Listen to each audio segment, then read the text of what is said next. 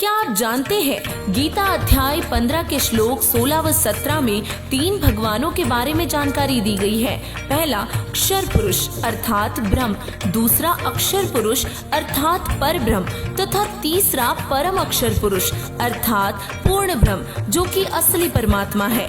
गीता अध्याय 8 के श्लोक 20 से 22 में स्पष्ट है कि वह परम अक्षर ब्रह्म सर्व प्राणियों के नष्ट होने पर भी कभी नष्ट नहीं होता। गीता ज्ञानदाता यानी कि अक्षर पुरुष जिसे ब्रह्म भी कहते हैं ने अपने विषय में कहा है कि मैं अव्यक्त हूँ। यह प्रथम अव्यक्त प्रभु हुआ। फिर गीता अध्याय 8 के श्लोक 18 में कहा है कि यह संसार दिन के समय अव्यक्त यानी कि अक्षर पुरुष यानी कि परब्रह्म से उत्पन्न हुआ है और फिर रात्रि के समय उसी में लीन हो जाता है। यह दूसरा अव्यक्त हुआ।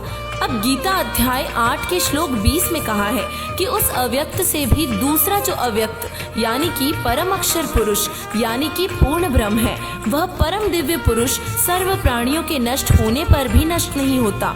और यही प्रमाण गीता अध्याय 2 के श्लोक 17 में भी है कि नाश रहित उस परमात्मा को जान जिसका नाश करने में कोई भी समर्थ नहीं है। अपने विषय में गीता ज्ञानदाता यानी कि ब्रह्म अध्याय 4 मंत्र 5 तथा अध्याय 2 के श्लोक 12 में कह रहा है कि मैं तो जन्म और मृत्यु में हूँ अर्थात नाशवान हूँ। तो इससे स्पष्ट हुआ कि तीसरे नंबर वाला भगवान पूर्ण परमात्मा है जिनका असली नाम कबीर साहिब जी है, जिसकी गवाही हमारे वेद भी देते हैं।